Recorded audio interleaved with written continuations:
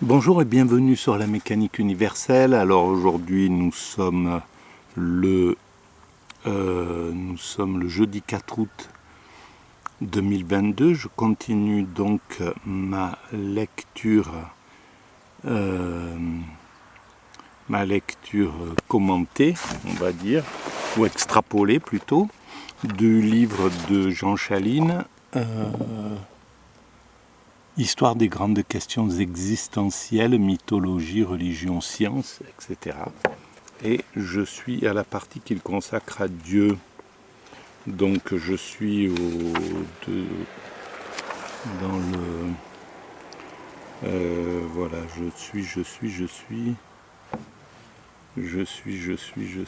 où est-ce que je m'étais arrêté?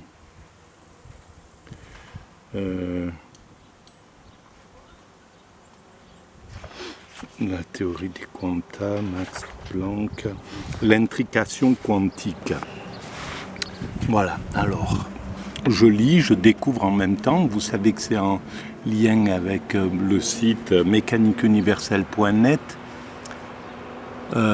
sur lequel je développe la théorie fumeuse selon laquelle l'humanité est destinée à atteindre son ultime perfection, qui est l'unité de l'ensemble de ces individus, donc la paix universelle, un fonctionnement complètement universel, dont nous avons déjà construit les structures, ONU, UNESCO, OMS, OMC, etc., qui ne fonctionnent pas très bien encore, mais qui, voilà, peut-être dans un siècle, 2 siècles, 3 siècles, je ne sais pas combien de temps prendra encore l'évolution de l'humanité pour atteindre cet état de perfection absolue, qui est une perfection spirituelle.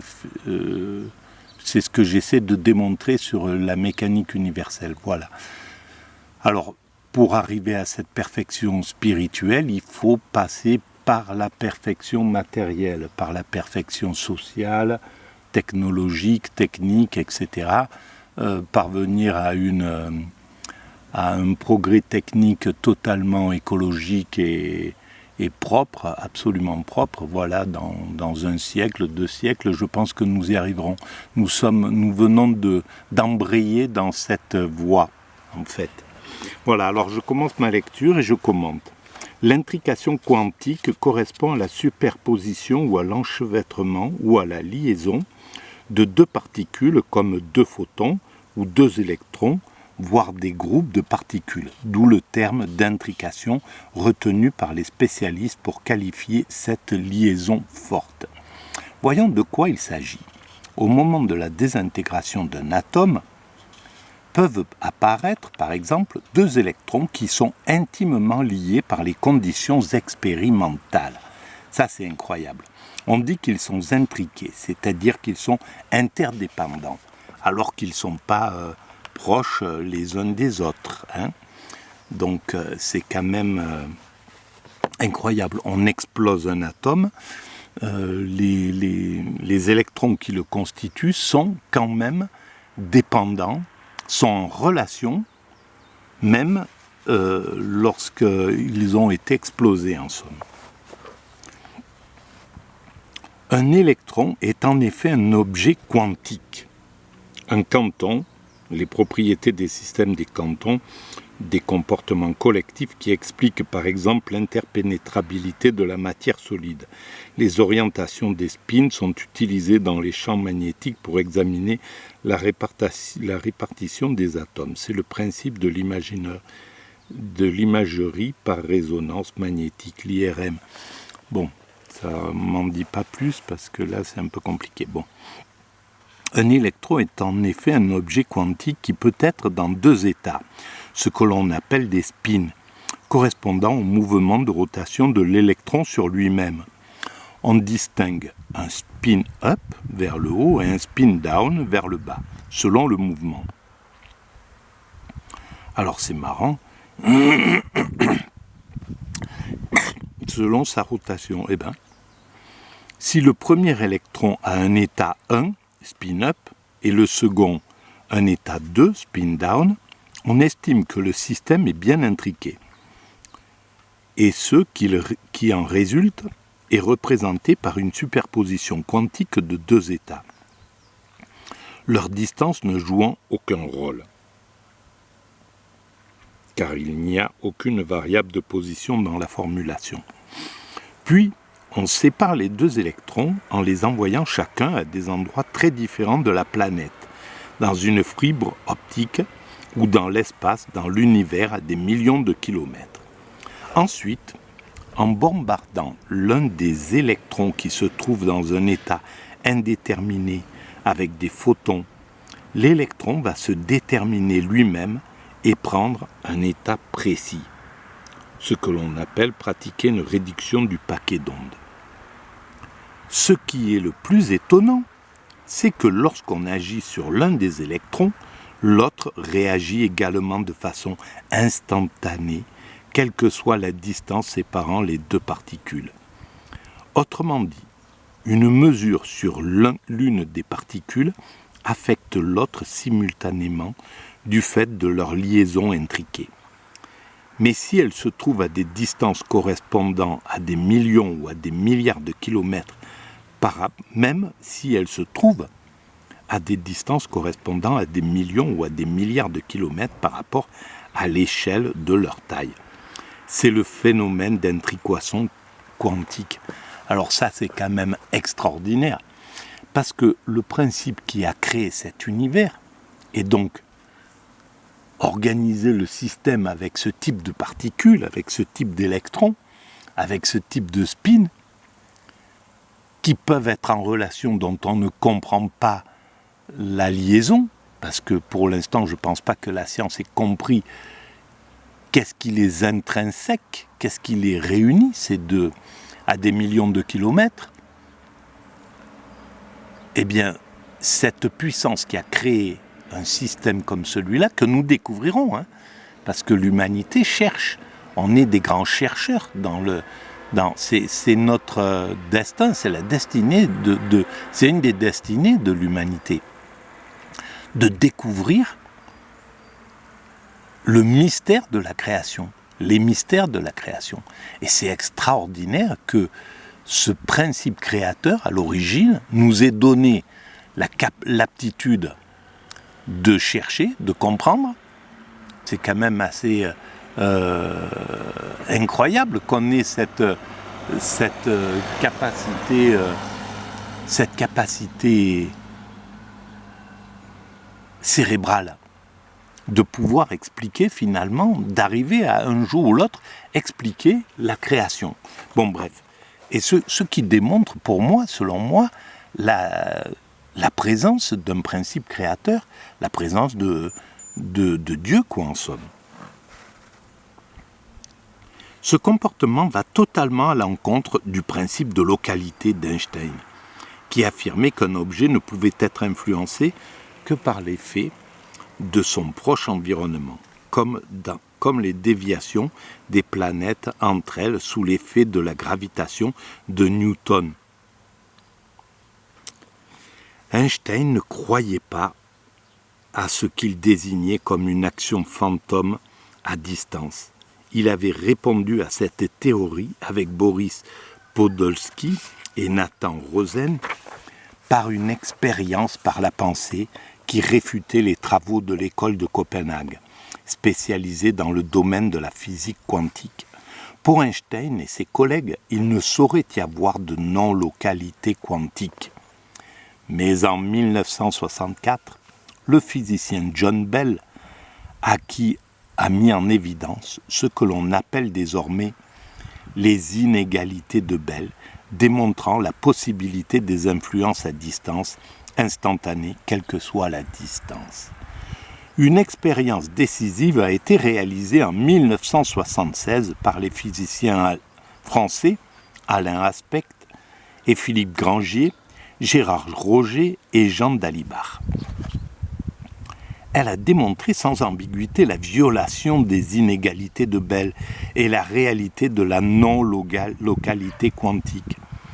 D'autres expériences ont confirmé ce résultat désormais admis par pratiquement toute la communauté scientifique, contrairement à ce que pensait Einstein. Voilà, Einstein, il a inventé tellement de choses qu'on peut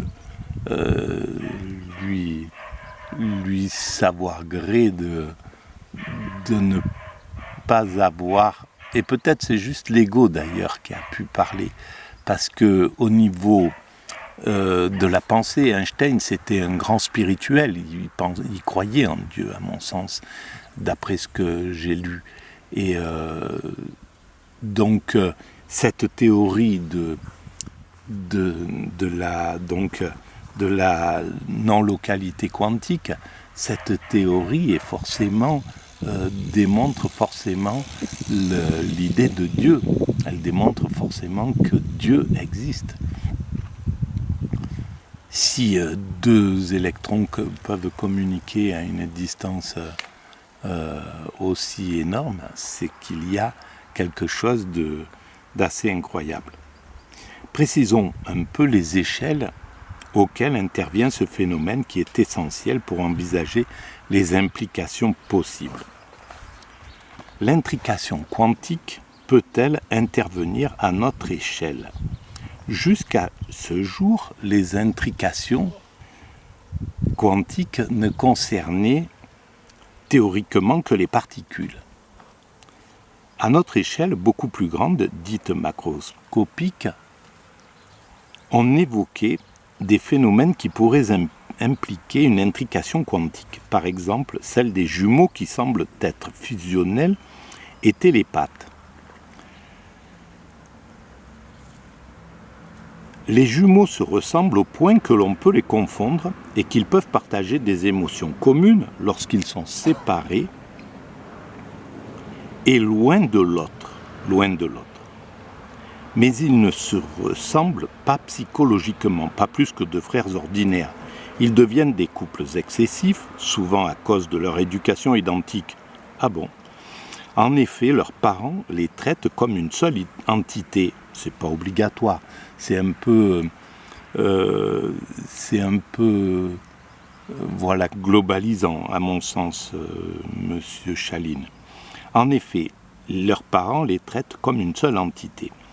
Quand l'un a faim, ils vont nourrir les deux, c'est-à-dire que l'empreinte de l'éducation jusqu'à l'adolescence est si forte qu'elle ne s'annihile pas complètement durant la vie.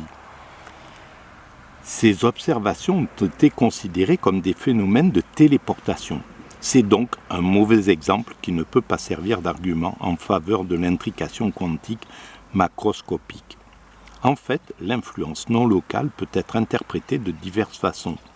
La première implique que l'on doit se contenter d'appliquer des calculs qui donnent des résultats en accord avec l'expérience sans se référer à une explication tirée de notre logique macroscopique qui est considérée comme empirique et en dehors de l'approche scientifique. Mais David Bohm et Basil Hiley opposent le fait que dans le monde macroscopique, cette science serait possible à cause des effets de non-localité concevables. Comme beaucoup d'autres phénomènes, l'intrication quantique ne pourrait-elle pas exister à un niveau macroscopique plus élevé comme celui de l'homme et que certains appellent les superintrications ? C'est le point de vue adopté par Dirk Clarks, Fox Meyer, qui voit la conscience humaine individuelle comme l'expression d'un champ quantique non local, expression d'une conscience universelle. Je suis d'accord avec ça. Cette approche considère le cerveau comme un système quantique performant qui serait l'interface entre la conscience individuelle et une conscience universelle supposée emmagasinée dans un champ quantique universel qu'Erwin Laszlo appelle le champ akashique, un terme issu de religions orientales. La même approche est défendue par le mathématicien Roger Penrose, nobelisé en 2020. Ce thème se situe donc à la limite de la science dure et de la parapsychologie, ce qui n'a pas bonne réputation, étant toujours suspect d'influence psychique ou religieuse. Mais cela mérite cependant d'être approfondi scientifiquement, car des phénomènes jugés impensables, il y a quelques années, se révèlent possibles aujourd'hui.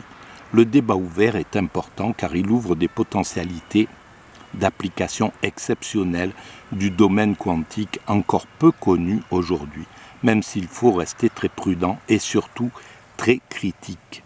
Oui, bien sûr, très critique, mais la science se rapproche du spirituel de plus en plus et finira par se fédérer avec et prolonger la recherche, regrouper la recherche à travers toutes les dimensions de la pensée humaine.